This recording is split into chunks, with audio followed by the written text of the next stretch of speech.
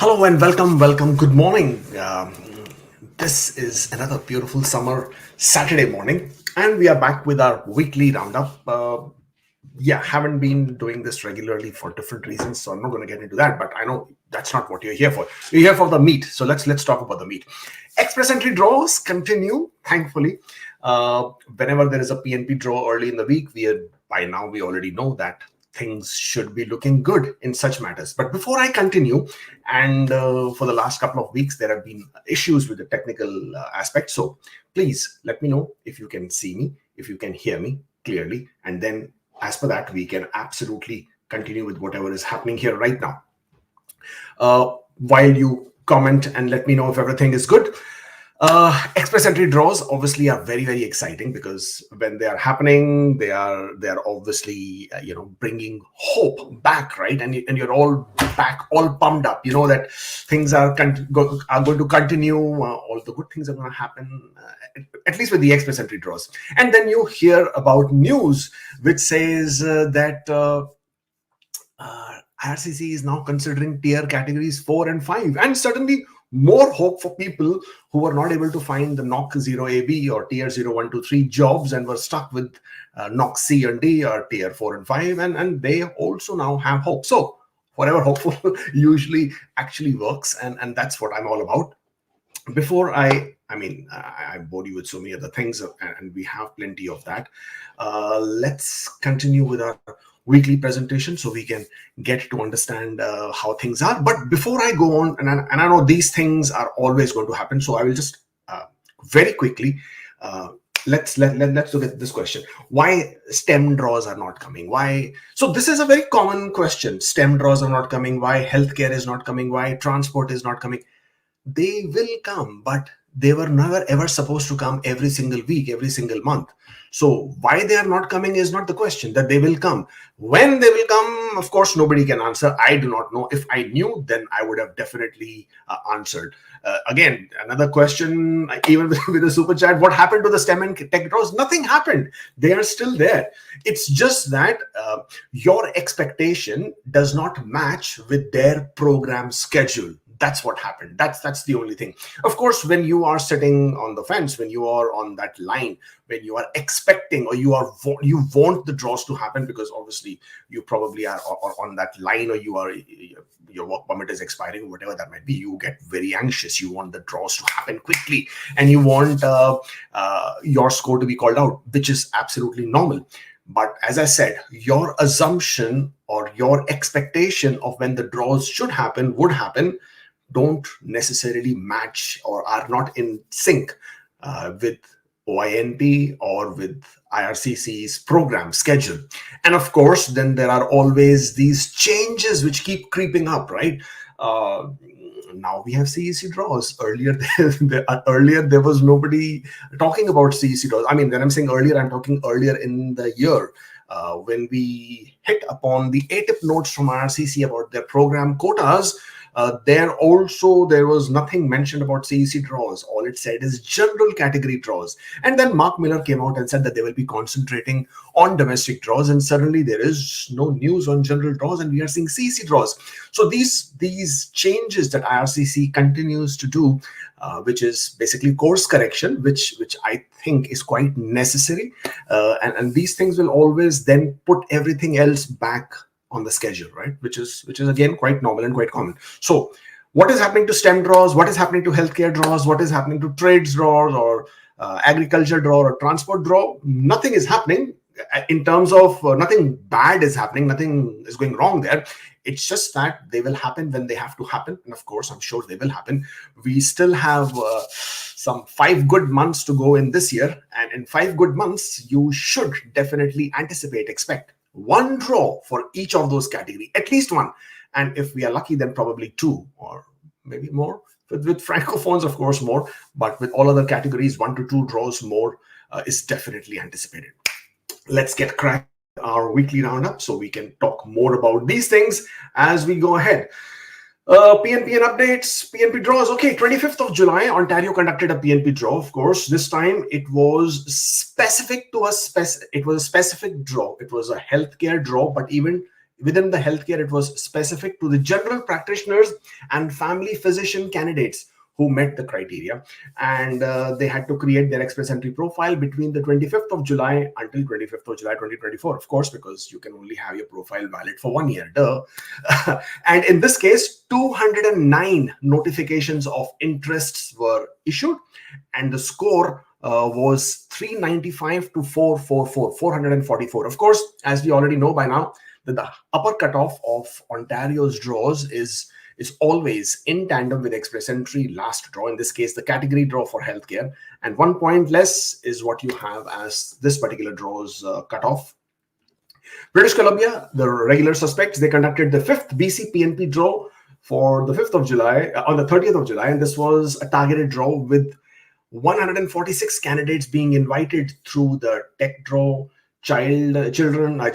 EC, early childhood educator draw, healthcare, construction, and veterinary care under the skilled worker, international graduate, entry level, and semi-skilled stream. So the number of invitations with BC PNP has really shrunk, and the scores resultingly have shot up, which you would anticipate.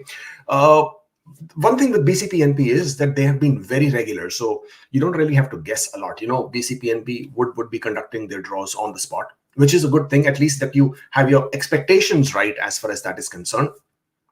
But at the same point of time, because they have now segmented into, not only do they have their streams, you have a skilled worker, international graduate, entry level, and semi-skilled streams, they have also now segmented into the targeted occupational draws as well. So you have the EC draws, you have the tech draws, you have the construction, healthcare, and the veterinary care as well. So with all of that, and with the lesser number of invitations, resulting is what you have is a higher score. So you win some and you lose some, I guess. Express entry, this one of course is the big one. We always like to talk about express entry because this is where the most excitement comes up from. 30th of July, IRCC conducted a PNP specific draws, and as I said, whenever there is a PNP specific draws, the expectation is quite high that there should be an express entry general or a CEC draw that follows. But going by the past trend since the month of May, we now know that PNPs will follow. Express entry CECs will follow PNP draw, and therefore in this PNP draw you had 946 candidates who were invited with a minimum CRS score of 686. Even to date, a lot of people are quite confused as to how can somebody get an invitation at the score of 86. Well, there are a couple of things there. First of all, obviously, if they're a PNP candidate, means they have received 600 points for the nomination, right? So if they've got the 600 points for nomination, that basically means 86 points is what their CRS score is. Not entirely true, because you see, 600 points they usually receive under the other factors of the CRS grid point. Let me just show you what I mean by that. CIC CRS grid point, if I go to that, and it's always good to know that, because then you don't get confused with these things, right? So, oh, where did I go there? Here. Show me my screen, please. Share screen. Window. There you go. So, if you look at this is your grid point for comprehensive ranking system. If I scroll right down, because that is where the points would be for the PNP nomination, 600. So additional points is what you get. This is where you get your 200 points from. Now you see, this is a maximum of 600 points. So the system gives you a maximum of 600 points under this particular section. However, in this particular section, you could also have 15 points for your brother, sister, sibling. You could have French language additional points there. You could have post-secondary education points there. You could also have arranged employment, the LMIA, the so-called LMIA points. So you could have 200 or 50 points depending. But the maximum you can get over here is 600. So let's say before the nomination, you may have an LMIA and you would have had 200 points for that. And you could also have a Canadian education and 30 points for that. You could also have French and 50 points for that, and a sibling. So technically, you may have a score of, I don't know, about 310. But after you got the nomination, because it's the cap of 600 points, so your other factor points are gone and it gives you only 600. Even if you had 15 points extra, that 15 points will no longer show because the maximum is 600. However, where's my screen? However, considering, let's say the person had no other background, right? Just the CRS points of 86. Is it a possibility for somebody to get CRS of 86? Yes, it's a possibility if you are a Canadian experience class. And who can be this person who gets 86 CRS points? Well, this is a person who probably is beyond the age or over the age. So I'm saying beyond. I mean, I'm there as well, beyond. Okay, over the age of 45. So you get 0 points for age. You potentially could have no formal education, so you probably have a high school diploma, but then you have Canadian work experience, and you probably have a English language score of CLB 5, which again is a possibility. You're eligible in express entry even if you have CLB 5, provided your tier code is 2 or 3. And you have work experience in category 2 or 3 in Canada, Canadian experience, and you have a job offer. So you could be Nova Scotia skilled worker stream, Nova Scotia express entry stream. You could have one of the other PNP stream, which is linked to express entry. Okay. And you have the score and you receive the nomination because of the score. Maybe you have a job offer. Maybe you have an LMIA. Maybe the employer is supporting you. All of this is a possibility. Therefore, don't forget on the 13th of February 2021, there was this famous express entry draw of CRS score of 75 when 27,332 people were invited. So if 75 CRS is possible, therefore 86 is 100% possible, right? There's no doubt about it. So that's how 686 is a possibility. Moving on. 31st of July. Now, this was a big day, right? In express entry, not in express entry, but for this particular month, this was a big highlight. 31st of July, you had 5,000 candidates being invited, big draw. But then July already had another big draw. We had 6,300 being invited earlier. So technically, within the month of July itself, IRCC managed to invite 11,300 CEC candidates. All this time, they were not inviting CECs, and suddenly there was a bumper draw of 2 draws of 5,000 and 6,300. Big. Trust me, these are big by any standards you might look at. And with these big draws, what also brought into foray another thing, and that was the express entry pool. Express entry pool is another area which always gives you this sight as to what is a possibility and what is not a possibility. Now, take a look at this.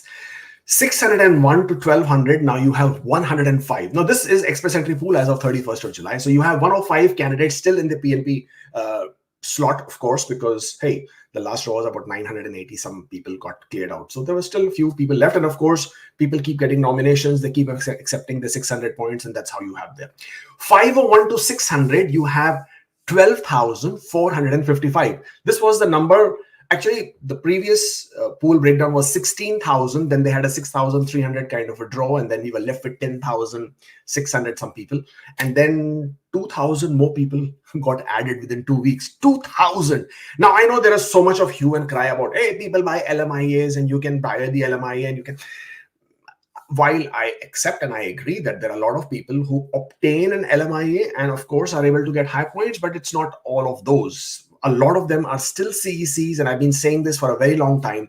It's CECs which is forming this majority of 12,455 people, because they can complete their masters in Canada. You can have Canadian work experience, you can have foreign work experience, you can have a reasonable, decent English score of CLB 9 and 10, and it's not strange and it's not a shock that you could be at a score of 515, 520 and more. That's quite possible. It is happening. It is there all over the place. So 2,000 more people got added. So now you have 12,450. And this also tells you how difficult it has been for express entry for the scores to drop, because even when they're conducting draws and even when they're issuing these big size invitations of 6,300, 5,000, and within a span of 1 month, 11,300 invitations issued, 11,300, and yet we have a score of only 510. When I'm saying only, I mean, no, not only, it's a big score of 510, but the drop is only been 5 points. The previous score was at 515, 515. This is at 510. Drop of only 5 points, in spite of the fact that 11,300 people were invited. That's what is what the problem here is. When people say IRCC wants to keep the scores high, no, it's not IRCC keeping the scores high. It's you and I, it's us, it's all of us. It's people who are so interested in, of course, Canada and Express Entry, that more and more people are entering into the pool, and therefore you have so many people, and hence the scores are high. So this is what it's looking like right now. 501 to 600 now potentially is sitting at roughly 7,500. But as you and I know, within the next 2 weeks, this 7,500 will again rocket up by at least 2,000 to 3,000 people. So you will see a number of around 10,000-ish by the time we see the next pool breakdown. Keep in mind that. Now that we have reached 510, obviously everybody's hopes are up and high, and of course that is something which we all want that to happen. But do 490s have a chance yet? Well, who am I to say they don't have a chance? Of course they have a chance, and I've been saying it from the beginning of the year that I expect 500s to be cleared out, and there is still that hope, fingers crossed, that if IRCC is to conduct a draw whereby they do a back-to-back, let's say they gave a gap of 2 weeks, right? Now, had they not given this gap of 2 weeks, we wouldn't have had an extra 2,000 some people here. And had they not given a gap of 2 weeks, your score could have probably been at the rate in the range of 507, 508. Now, why couldn't it be lower? Why? Because this is where the largest concentration of people is. 505s, 503s, 504s, 506s, 507s. This is where the largest concentration of people is. And this is where, from here on, the scores dropping is going to be slow, depending on the number of invitations IRCC chooses to issue, how quickly and how frequently they conduct the draws, and how many people are entering the pool. This is the math, this is the logic, this is the equation, if you want to call it, and this is what will define how these scores will look like as we move forward. But the bigger question is, will this continue? And why that is a question I will talk to you in a bit. Let's get back to our roundup here. Only in the month of July, IRCC has issued 25,000 invitations. That's a lot of invitations, right? Because there was a healthcare draw. Was there a French draw? I think there was a French draw, right? Can't remember anymore, right? Because the draws are happening so frequently. I mean, especially the Francophone draws. And no, I think there was a French draw. Yes. With the score, I think with an 1,800 kind of an invitation score of 400. Yes, there was a French draw. And 11,300 CECs, and then there were a few thousand for PNP. So collectively, 25,125 invitations issued.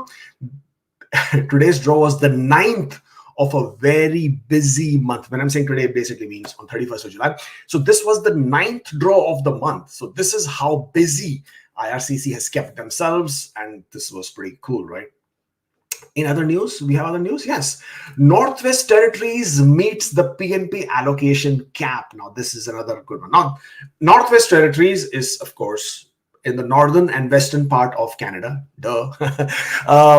This is one of those places, or one of the provinces, which was the least desired of all the provinces. Why? Why? Because it's cold. It's cold like you cannot imagine cold. And it's expensive. Why? Because it has a very small population. I think it's about 150,000, if I remember correctly. I think 145, 150,000 population in a province which is, I think, forgive me if I'm wrong, but twice or 2.5 times the size of India, landmass wise, right? That is how big the province is, Northwest Territories, and the population is about 150,000 people. That's it. And it's very cold and it's very expensive. Very expensive. Why? Because less population, the logistical issues, and how frequently the flights are going there, and that's what makes it so expensive. And with all of this, they have only a quota of 300, which was actually increased this year. And with 300 quotas, people are now willing to go to any part of Canada to sort of make their provincial nominee programs happen, make their Canadian immigration dreams happen. That even Provinces like Northwest Territories, which would struggle to complete their nomination allocation for the whole year, have now absolutely. Yukon, 2 months back, they closed their program. Now, Yukon also was another of those provinces which was not that highly desired, but Northwest, it was still the least. It was at the bottom, second last of the bottom, but Northwest Territories being at the bottom in terms of the desirable provinces, in terms of who wants to move there. Obviously, Ontario, British Columbia are on the top. Then closely followed by Quebec and then Alberta. You have then the Manitoba, Saskatchewan, and of course, the Atlantic provinces are close there as well. But with the desirability factor, Northwest Territories, but yet they have reached their quotas, right? So quickly that they had to close their program. So this tells you where people are willing to move at this point of time, regardless, because that's how things have become. Okay, this is a good one, right? A permanent residence class is proposed for the semi-skilled workers. Now, let's see if I can pull this one out. I can, yes. Let me bring this up. No, not this. I want to show this. No, it doesn't show. Sometimes these screens, top screen, present, show, share screen. Where is my screen? This is the screen. So, forward regulatory plan of 2024 to 2026, regulations amending the immigration refugee protection regulations, programs, regulatory program for tier 4 and 5 occupations. An amendment is being proposed to the IRPA. The proposed amendments would include introduction of new permanent economic class for workers with experience in tier 4 and 5. This initiative will support the modernization of economic immigration system by expanding the selection of permanent residents to candidates with a more diverse range of skills and experience. This is a medium-term regulatory initiative, blah, blah, blah. And this is expected targeting fall 2024 to pre-publish the amendments. That's where it's going to come. This is going to be another interesting one. Why? Because tier categories 4 and 5. Now, again, there have been mixed emotions about this one. Tier category 4 and 5. Now, what are tier categories 4 and 5? Tier category 4 and 5 basically are dependent on their experience, education, and the education qualification requirements and the training requirements. Usually these are the entry-level positions or positions for which you need just high school, or in some cases not even that. You're talking about entry-level positions. For example, in retail, take cashiers, take sales associates. In category D, take laborers, harvesting laborers, farm workers. These are just manufacturing, companies and workers there. So these are different. Some of the different, of course, there's a huge volume of the occupations that will come under tier categories 4 and 5. When Canada has such a huge number of 0, 1, 2, 3 still struggling to find pathways, Canada has now gone ahead or rather is looking to introduce tier codes 4 and 5. Now, I'm not being biased against tier 4 and 5. Hey, they form a huge part of the client base that I have, whereby we are still able to look at programs, because tier categories 4 and 5 still have options, whether it's RNIP, Rural Northern Immigration Program, AIP, Atlantic Immigration Program, and some provincial nominee programs as well. Nova Scotia has one.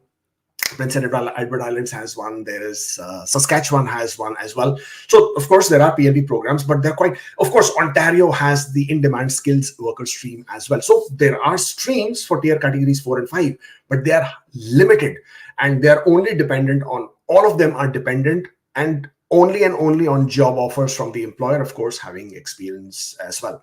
But now at the federal level, there has never been a tier category 4 and 5 program. I mean, there has been actually, because RNIP and AIP are also federal level programs. So, of course, there is the federal level program, but this is going to be something bigger and more diverse. No details are announced. I've been watching some TikTok videos and some reels which are ridiculously promoting. There are some agents who are already saying, we have open registrations. Please come and register with us for this program.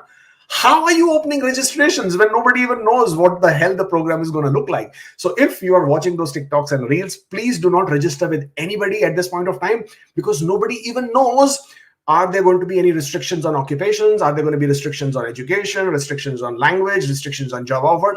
What kind of program? What will be the requirement? What will be the eligibility criteria? What would be the background here? Please do not register with anybody. There is nothing happening out there. Fall is when you will know more about this, just like the child caregiver program, right? That program which Mark Miller announced earlier, which will give you permanent residence on arrival. And then again, there was no information further from there on. That expectation is also for the fall. We will know more details about that in fall. So fall is going to be a very busy month, at least for me, to create a lot of content. Why? Because programs like this tier category 4 and 5 will have more details. Home support workers and child caregivers, you will have more program details. BCPNP will announce more program details, changes in terms of their international graduate stream. So many more changes which are going to come into the programs, but all of them have been slated for the month of September, October. So all eyes on that. Main subject for today's video, 2024 category quotas. Will this express entry continue the way things are, the way they are looking like? Now, this is very interesting. Why? Because I think in month of April, I did a video where we talked about the ATIP notes that were received through one of the agents' requests, one of the immigration consultants' request, which gave us a bit of an insight as to how are the categories going to look like in terms of the express entry draws. And this, what I've shared with you, is the excerpt, or rather a screenshot from those ATIP notes. Obviously, as you can see, the number of planned ITA rounds have been blacked out, so you won't know really what went over there. They've been redacted. The general category, the draws approximate volume has also been redacted, so we won't know really that. But what hasn't been redacted is the percentage. Now, the percentage is where we get very confused. Now, does this percentage means only the category-based draws? Do these percentages mean that out of the total invited, these will be the percentages for each category? This is where IRCC has never been clear. And while this particular set of ATIP notes give an indication that out of total invitations issued for categories, this would be the, or rather out of all the invitations issued for express entry, this would be the breakdown. Then this is what sort of gave us an insight. Now, it said French proficiency, 30%. I don't think anybody has an argument on that one. We all know what that looks like. For general, they haven't given any number, but they didn't have to give a number because it was obvious that if you add all of the other numbers and you minus it from the total 100, which is of course 100, then the general would be approximately 21% of the total invitations. So just bear with me. I know these numbers sometimes can be boring, but they are quite interesting when you get to know what they're all about.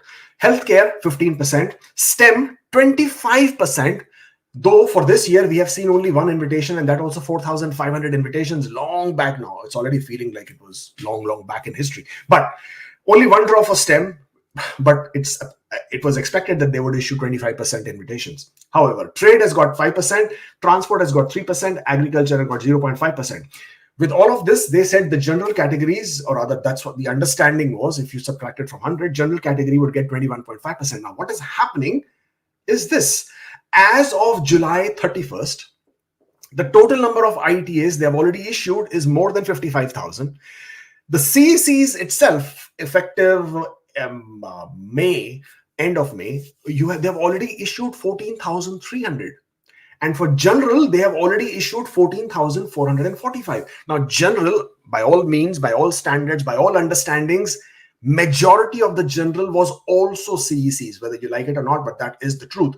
Yes, out of these 14,445, which was the general, there might have been few who were not CECs, but they had the LMIAs or they had the job offers kind of a thing. But trust me, the number is very, very small. And I know people get all flared up with the LMIA subject, but no matter whether you get flared up, whether you get upset, whether you get offended, that's besides the point. The point remains that the number of people with those LMIAs and with all those numbers who are not CECs, that number is very, very small. Regardless, out of those general ITAs, 14,445, let's say for the sake of argument, 4,000 was, that number is too big for me to understand or to grapple with, but 4,000 was all these people who had job offers, 200-point job offer, 50 points job offer. That still gives you 24 to 25,000 some people who were CECs who got invited since the onset of 2024.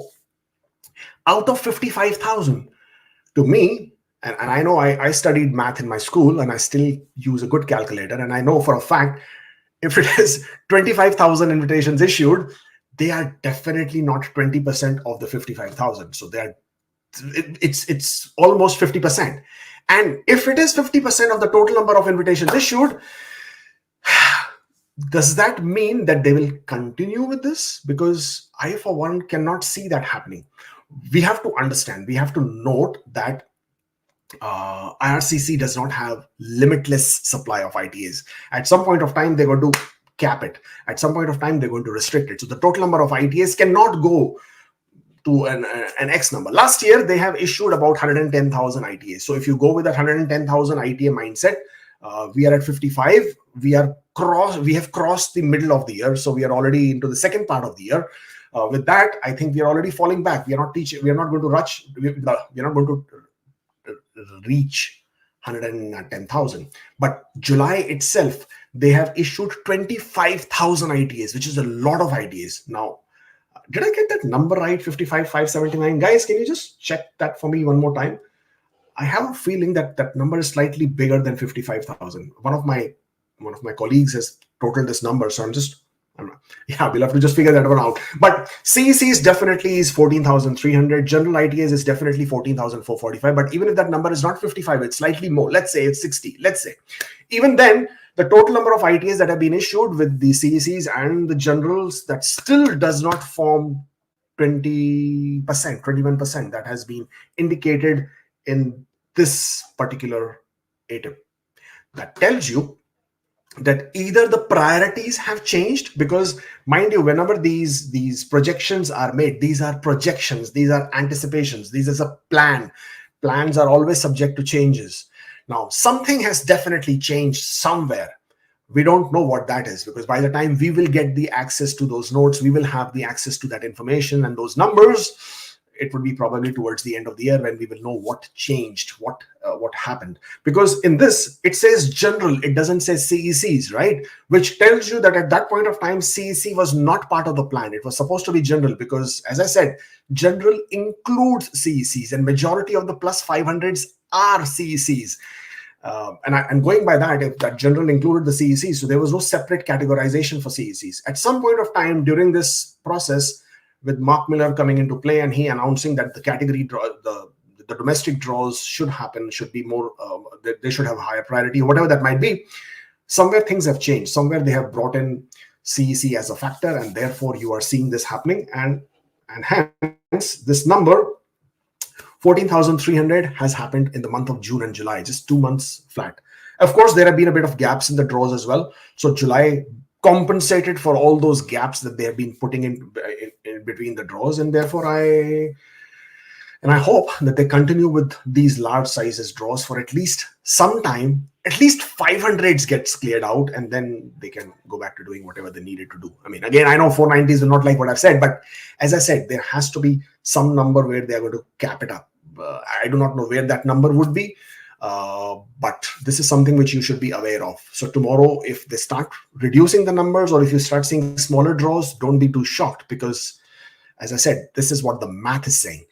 And as of right now, the math is not mathing, because as per their own projections, these numbers do not add up. So of course, if you see STEM was supposed to be, look at this, STEM is supposed to be 25% of the total number of invitations. Where are the 25% of the invitations? So far, even if 55,000 have been issued, the STEM should have been at least 10,000 plus, right? At least. We're not seeing that. So unless what they mean is out of the total invitations given, individual categories will also be included. For example, if they have issued CEC invitations, and within the CEC invitations, they have issued 11,300 CEC invitations. Out of 11,300 invitations, let's say 3,000 were STEM category. Let's say 3,000. So are they calculating these 3,000 against the 25% quota? Are they also being contributing over there? Unless that is the case, this math is something which is not adding up for me. At least not for me. At least I don't see how this is adding up. Okay, somebody says it's close to 70k ITAs issued. Well, I was thinking of that sort as well. I can't think it's 55,579. If any one of you out there very quickly can just do a quick math on that number, I would really, really appreciate it, because this 55 is not seeming like that's the correct number. But yeah, let's get to that one again once we have it. Right, that's all I have for my presentation today. Thank you for joining in today. Connect with us on social media platforms, which is Instagram, Facebook, Twitter, etc., etc., etc. Of course, if you wish to make an appointment to discuss your application with me or any of our consultant team, this is the link. By all means, please book an appointment. We'll be happy to discuss your application, your queries, your concerns one-on-one. And if you wish to avail of our services, yeah, of course, we are at the end of the day a full-fledged immigration company as well. We handle all kinds of immigration applications. So please drop us an email here on this email address, support@askkubeir.com, and we'll be happy to then take care of what your applications are all about. Now, let's move to the questions, and the questions have flowed in. Plenty of them there. It's close to 70k ITAs issued. Thank you, Virtual. Just want to get a correct number there. I'm not sure if anybody is adding up, but if somebody is, then please do share that number. Thank you so much.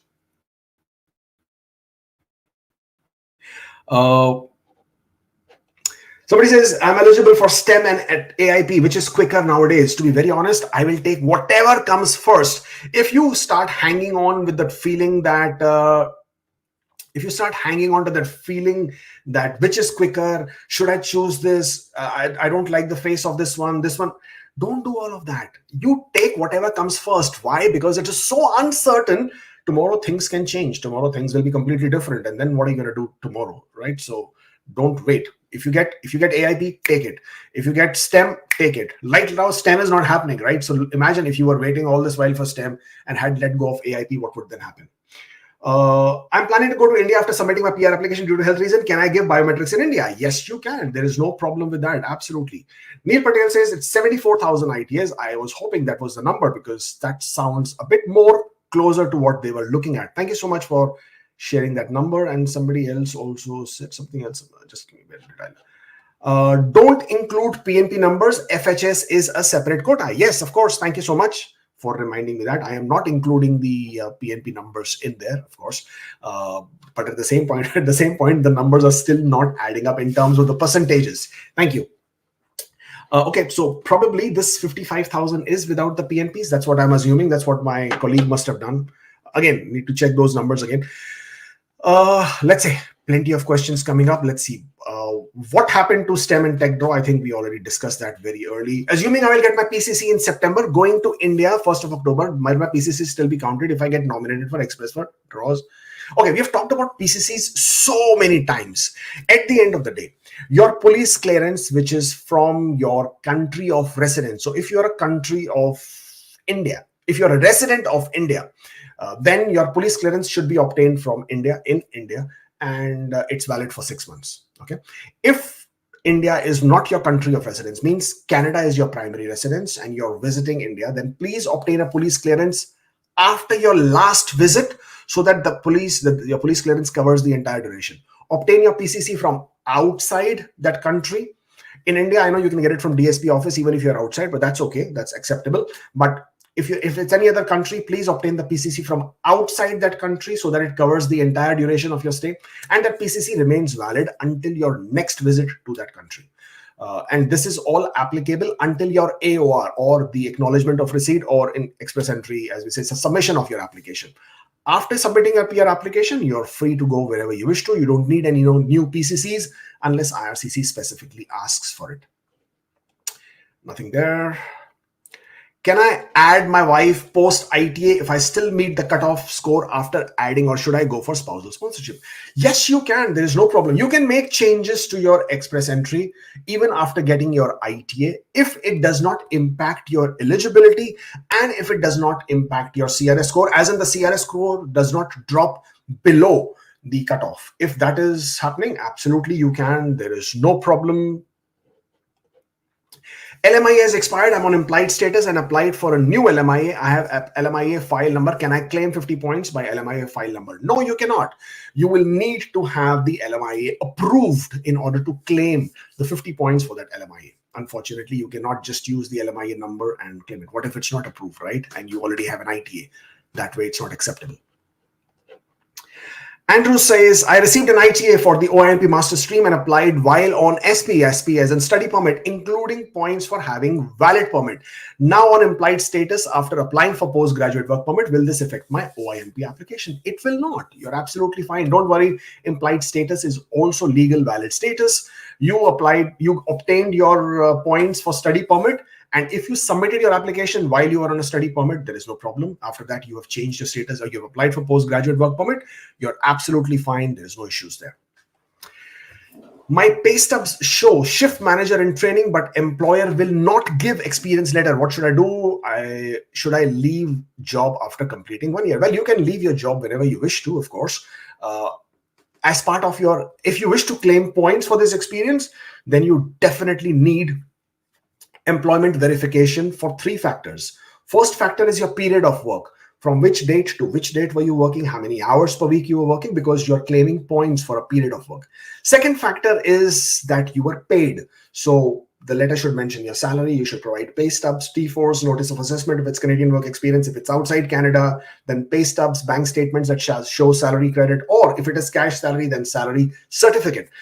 And third, and the most important factor is your NOC code. Your NOC code is validated by IRCC by way of your employer giving you job description or your job roles and responsibilities. Those have to be included. And if your company is not giving it to you in writing, then look for alternative ways. Alternative ways would include getting an official company job description. It would include having your senior manager who you were reporting to, have them write it and then provide to IRCC proof that your company refused to give it to you by exchange of correspondence and that they were refused to give you that letter, and hence you had to approach your manager to write it for you. Look at your company's job description. Ask your company to provide you with a job description. If all of this fails, then look up the ads or job postings of this company for this position. Look at the LinkedIn profiles for these positions. But you have to give IRCC some valid source, third-party source, where they can validate your occupation. So your pay and your period of work, all of these 3 factors are important.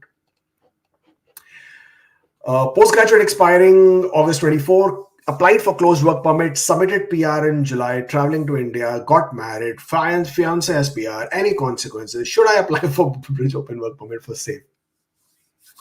Well, if you've applied for PR, and your work permit is expiring, absolutely apply for bridge open work permit. That's all I can say. And if you're getting married, then inform IRCC about change in your marital status. That's it. There is no consequences to that. But if you wish to apply for bridge open work permit, please do if your work permit is expiring or closer to expiry. I have a question. If my spouse is already in Canada on spouse open work permit, I received ITA with him listed as unaccompanied. Can I apply to extend his spouse open work permit now that I receive an ITA, or is it after I receive AOR? Well, if you are currently working, you have a valid work permit, and based on your work permit, you're applying for your spouse's open work permit. Yes, you can apply for it. You can apply for its extension. There is no problem, regardless of the fact you have indicated him to be unaccompanying on your PR application. Now, having said that, technically you can absolutely do all of this. These 2 things are not related. But if IRCC identifies that, hey, you're applying for a work permit, but here you're saying your spouse is unaccompanying, they can always come back to you and ask you for more information, more details, more explanation as to why is your spouse not accompanying while you still have a work permit or you are applying for a work permit. So be prepared to provide an explanation, but technically, as per law, there is nothing that stops you from applying for an open work permit if you and your spouse is eligible and you have applied for a PR application that spouse has not accompanied. No problems there. One module, IELTS accepted by IRCC for PR? No, it is not accepted by IRCC for PR. At this point of time, one module retake is accepted only for EMPP, Economic Mobility Pilot Program, only for those applications. Nothing here. Okay, Kamal says, I got an ITA, I'm on implied status, which is fake extension. Should I raise web form on existing work permit application and also apply for bridge open work permit? You can raise a web form, but why would IRCC change your fake extension to bridge open work permit? It doesn't make sense, right? Because at the time you made the application, your fake extension, you were not eligible for bridge open work permit. So there is no converting your application from fake extension to bridge. Yes, of course, you can raise a web form and you can let them know. But in your case, you should apply for a bridge open work permit while you can. And do not withdraw your fake extension, because your implied status is being given to you only by that fake extension. So please do not withdraw it. Let it continue. Yes, you can raise a web form, no problem with that. And you most certainly should apply for a bridge open work permit. I applied for closed work permit and LMIA is in process. Got visitor record yesterday. Can I continue working? No, you cannot. If you don't have a work permit, now your status is that of a visitor. And since you are now a visitor, you can no longer work until your work permit has been approved. Post ITA in personal history, should we say NA for a question? Have you listed all military and organization? Yes, you can absolutely choose not applicable or not, not applicable on that one if you have no military records or political issues there. Nothing here. I got positive high-low wage LMIA. Will I get 50 points? Yes, you will. Make the changes or make the information, enter the information on your Express Entry profile, and that would happen. I am waiting for OINP international students. Stream tech draw with 5 months for work permit left. Put some light on how to use work permit extension even before getting support letter and after. I don't understand your question as to how to use work permit extension. You cannot use any work permit extensions. I mean, you can do a fake extension just like what everybody else is doing. And when you get the work permit supporting letter, you can make an application for a work permit and you would be on an implied status until the decision on your fake extension comes. At that point of time, you will stop working. You will wait for the actual work permit application, which is with the support of OINP to come through, and then you can start working. But other than that, that's the only thing. Or you can obviously change to a visitor record, or you can change your status to a visitor and then apply for the closed work permit based on your support letter. You can also flagpole for your T13 work permit if you have valid status in Canada. How do you mention a job promotion on EE? Same NOC, same company. Do I make a new work experience entry or just the latest position with entire duration? Well, if both the options are open, you can make a separate entry in your work experience, or you can show the last job done and then add a letter of explanation. And of course, your employment reference letter must include all different titles that you have held, different periods of work for each title, job description for each title, or if it is a common job description, then the letter should indicate that you had the same job roles through the entire tenure, even though you have been promoted. That's how you would go about it. So both the options are open for you. CEC outland applicants have to show proof of funds. No, they don't. Now, there is no such thing as CEC outland or CEC inland. Okay, CEC is a CEC. Now, yes, if you are outside Canada, your application is processed in a different manner, because when it is approved, you would be issued with a passport request. If you're inside Canada, you would get a COPR by mail. So that's the basic funda or difference. CEC inside or outside is the same. Your Canadian experience class, you're not required to show any proof of funds. You're exempted from proof of funds. So simply upload a document which says, I am eligible under Canadian experience class. I have been invited under Canadian experience class, and therefore I am exempt from providing proof of funds. Applied non-express entry with master's category, 511 score in express entry, got ITA, looking to apply until when I'm eligible for refund in non-express entry, when withdraw my express entry file. Well, until they have started processing your application, before the AOR has been issued, you may withdraw your application with full refund. Once they start processing, once your AOR has been issued and they've started processing your application, then you may not get your refund for your processing fees or for your application fees. You can choose to withdraw it at any point of time. I don't like to withdraw applications in such manner because that gives me a backup plan. But yes, if you choose to, you can withdraw your application at any point of time. I landed in Canada, got a PR card. I was there for 70 days. Now I'm back in India. Can I apply for spouse visa while I'm in India? No, you cannot. You have to be, as a permanent resident, you must be in Canada to make an application for your spousal sponsorship. CEC Outland candidate received ITA. Please tell about changes in medical and PCC requirements if I plan to return to Canada before submitting my file in India for more than 6 months. Well, there is no change to the program. It's still the same. If you are a person, CEC, FSW, it doesn't matter. If you are submitting your PR application from inside Canada, that's the only requirement, inside Canada. If you have completed your medicals within the last 5 years, you may use the same medicals. Okay. And if you're a person, it doesn't matter whether you're CEC or not, but if you are outside Canada, then you have to undergo new medicals on request of IRCC. And that's the only change. As far as PCC is concerned, I already explained about PCC earlier. Please obtain for your PCC from outside that country, which should cover the entire duration of stay, and it remains valid for the entire duration until you visit the country next. Do I need 1 year of continuous work experience for CEC, FST, FSW, or 2 to 3 months break between work will also take? No. So you have to understand the fundamental difference between CEC and FSW is the continuity of work experience. CECs can have any kind of work experience, tier category 0, 1 to 3. They can make potpourri of it. They can mix and match. They can have 1 year of 1 month of this, 2 months of that, 3 months of this. They can have combinations of different NOC codes. They can have combinations of different employers. Everything goes as long as it's tier 0, 1 to 3. Paid work experience with a Canadian employer in Canada. That's CEC, Canadian work experience. FSW is a different thing altogether. You must have at least 1 year of continuous work experience. Could be multiple employers, but same NOC code, no breaks. So when we say no breaks means 1 or 2 days while you are changing employment is fine. Anything longer is discretion of IRCC. That's FSW. This is the fundamental difference. So please be careful with that. I'm a finance manager in NOC 0 in NPO registered charity in BC. Am I eligible for LMIA exemption under category ID, charities and religious work? No, you're not, because your work is that of a finance manager. This particular work that you're doing does not come under the LMIA exemption. Please check the charities and religious work. The people who are performing that occupation, performing that work, those occupations are LMIA exempt. It is not the company which is LMIA exempt.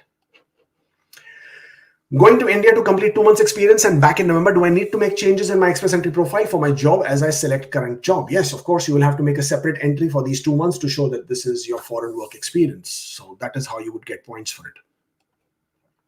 March 12 OINP, general draw, international student, applied dip since 7/2. Is there a risk of refusal as most applicants got approval in July? Well, of course, there is always the risk of refusal until it is approved. But do not compare it with somebody else, because every application follows a different timeline. And when you say most applicants got approval, how do you know most applicants? Are you in touch with every single one of those people? No, right? Sometimes when we look around us and we see a group of 5 people, we think, and if all 5 of them got it, we think, oh, everybody got it. But those 5 do not form everybody. Okay. So similarly, please do not confuse yourself into thinking majority have got it, most have got it, because that most number is your understanding of how many people versus the actual number of people. So each application follows a different timeline. It all follows a unique timeline based on their own circumstances. If your application is good, if you provided complete documentation, if you are in DIP already, I think you should be fine. I think you will get your approval. It's just a matter of time. Let the processing happen. You will be there as well. I came under NOC 21321, but median wage is high for LMIA. Can we file LMIA under NOC 22302? Can I ask my employer to file that NOC code? Well, technically, it is not about you. It is about the LMIA application is the employer's application. It is not your application. So please do not confuse those two things. Employer is not filing for your LMIA application. Employer is filing for their LMIA application. That's the biggest difference that people need to understand. So employer can absolutely make an application for NOC code 22302 once they are able to establish that they have searched, they have recruited, they have tried to find a Canadian PR or a citizen for that particular job, and they could not find that person.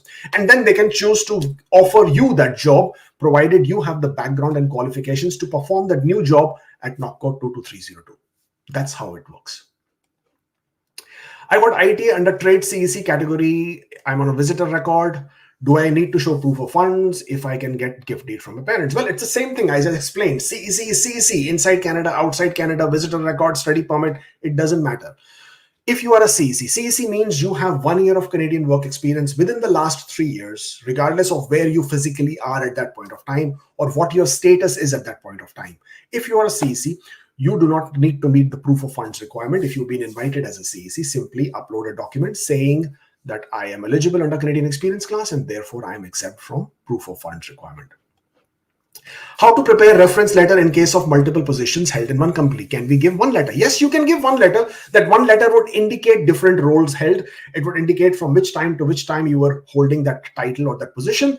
It would ideally provide the terms of that employment if they were different, salary if it was different, and it would also indicate the job roles and responsibility for each of those positions. Now, if your job roles and responsibilities were the same, then the letter would say that for your entire tenure of the employment, your roles and responsibilities were A, B, C, D, E, F.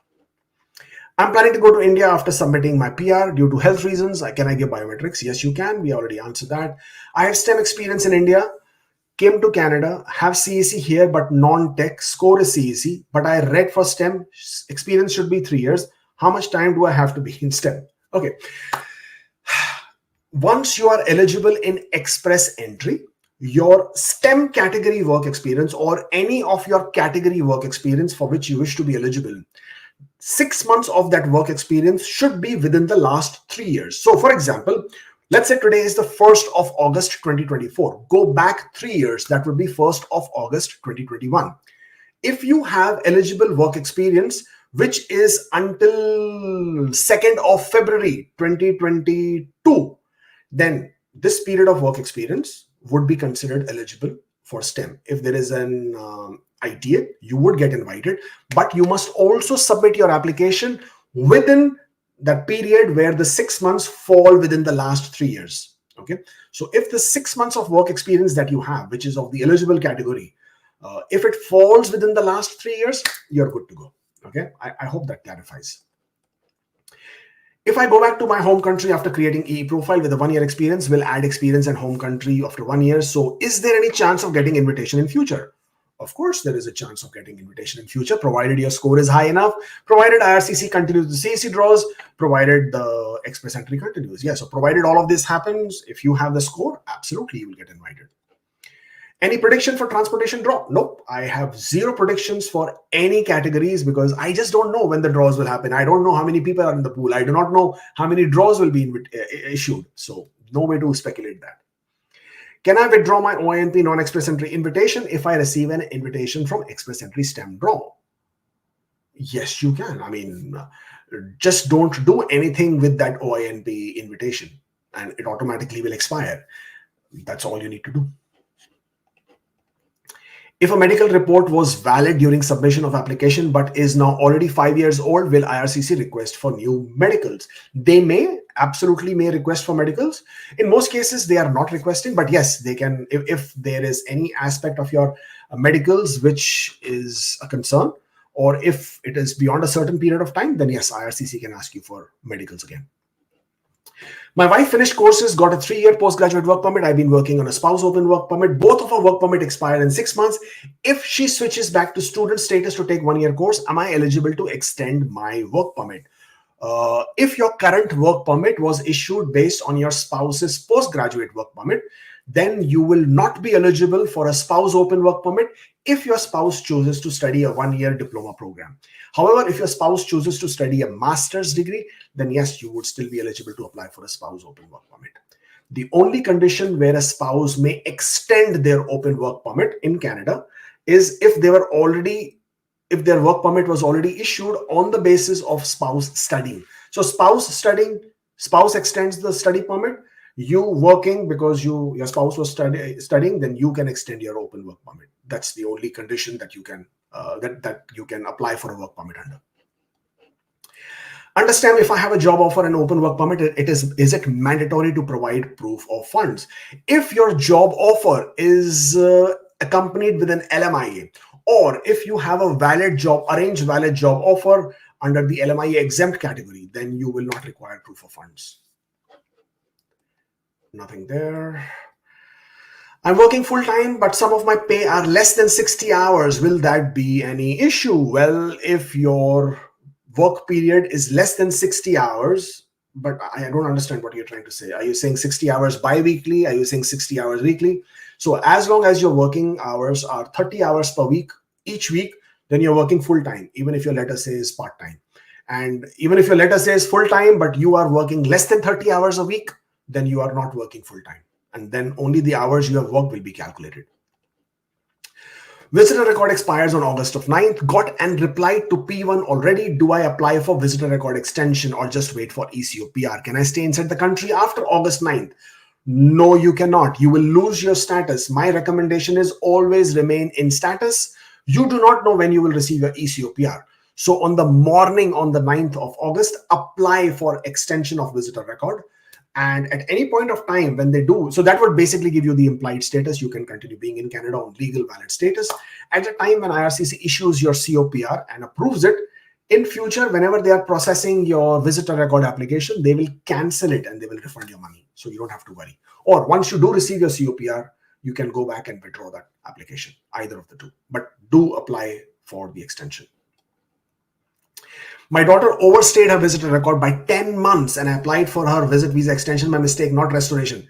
Is she on implied status? No, she is not on implied status. Your daughter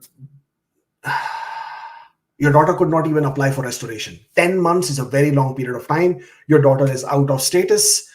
The recommendation would be to leave Canada so that, and if she has a TRV, then you can re-enter Canada with the TRV. If not, then apply for a new TRV. But in this case, overstayed by 10 months, there is no option to apply for restoration or for extension. Postgraduate work permit expires in October along with spouse open work permit. What is the options now for spouse? I received ITA as unaccompanying due to spouse droppings. My point prior to ITA. Well, you can apply for your spouse's visitor record so your spouse can continue being in Canada. And as you discussed earlier, you can also, once you obtain a bridge open work permit, your spouse can also apply for an open work permit. But if you're applying for an open work permit, then you will have to explain in case IRCC asks you for it. Now, mind you, IRCC may not ask you for they might not always ask you, but if they do ask you, then you will have to explain. But yes, if you get an open work permit, your spouse can apply for an open work permit. And in the meantime, you can apply for a visitor record. Yes. Guys, please, can you not do any more super chats because I will not be able to complete this. I would really appreciate if you do not do any more super chats. Thank you. Applied for fake extension, already past 90 days. Can I still apply for restoration or visitor record? If you've already crossed 90 days, then no, you cannot apply for restoration anymore. Simply wait to get the decision of your application. Once you get the decision of your application, then apply for restoration and the visitor record. So much respect for you providing free therapy. Thank you for understanding and decoding my poorly phrased question. Thank you, Nishant. I really appreciate that. Work permit expires in November. My score is 464. I'm eligible for STEM. I'm short of 20 days to complete my third year. Will I get points for third year or can I apply for extension? Apply for extension, continue working so you can get the 20 days. That is the option. That is the only option in case you want to get your third year in. So apply for the extension on the 17th of November. Continue working because you're an implied status. Hopefully you will get a decision after you've completed your 20 days. But yes, that is the option. Or of course, find an employer who can give you the LMIA and then you can get that work experience points. Working full-time since January 24 in TR2 while I was a student till April 24, considering no restrictions. Can I claim points for work? No, you cannot. Any period of work while you are studying and while you are on study permit cannot be claimed for points in express entry. I missed July draw. Still hope? Yeah, of course, hope. There is always hope. I mean, look at hope, right? It's flowing from all sides right now. I got invited in CEC with spouse non-accompanying. Can I submit ITA after as accompanying and wait for STEM draw? Can I submit EE again after the invite? Huh? So you're saying, can I create another express entry profile? Yeah, I mean, technically, yes, you can, but you're wasting ITAs. Don't do that, right? I mean, imagine somebody out there who's desperately needing this ITA. But technically, yes, you can. You can make the application and then create another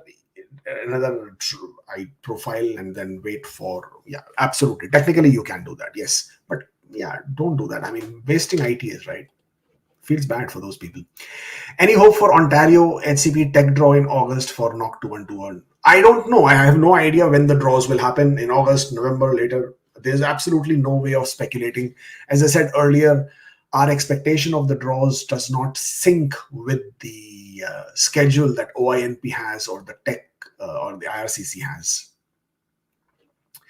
In India for more than 6 months, plan to return to Canada. Postgraduate work permit expires in November. Can I let the border officer know that I've received ITA and plan to apply from it?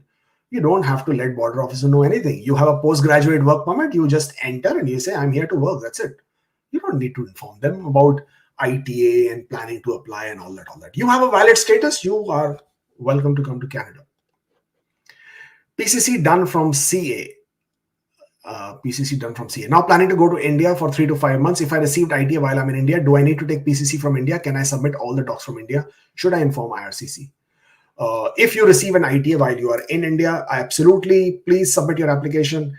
Guys, please do not do super chats. I will not be answering these super chats. Please don't do it. I've already said I will not be able to take these super chats. Thank you. Thank you for your understanding. Right. So yes, you can submit all your documentation from India. There is no problem. You already have a PCC that you obtained while you were in Canada. Mind you, this will be valid for 6 months because now you are going to India, which is your country of residence in your home country. So this will be valid for 6 months. If it expires, you will need to take a new PCC before you are submitting your PR application. Should you need to inform IRCC? No, you will be updating it in your application and showing your country of residence as India. Any chance of regional based express entry? Yes, of course, there is a chance of that, but we don't know when and how that would be incorporated. To apply in Ontario FSW, is it mandatory to have 2 years experience in the same NOC? Yes, it is mandatory. It is a requirement. It's the eligibility requirement that you should have 2 years of experience, and your job offer wages should meet the median wage for that NOC code, for that region, for that geographic location. My friend's father expired just now and he has applied for LMIA. I am so sorry to hear that. And he has applied for LMIA. Can he come back once his LMIA is approved and get work permit to Canada, need to leave for India? Yes.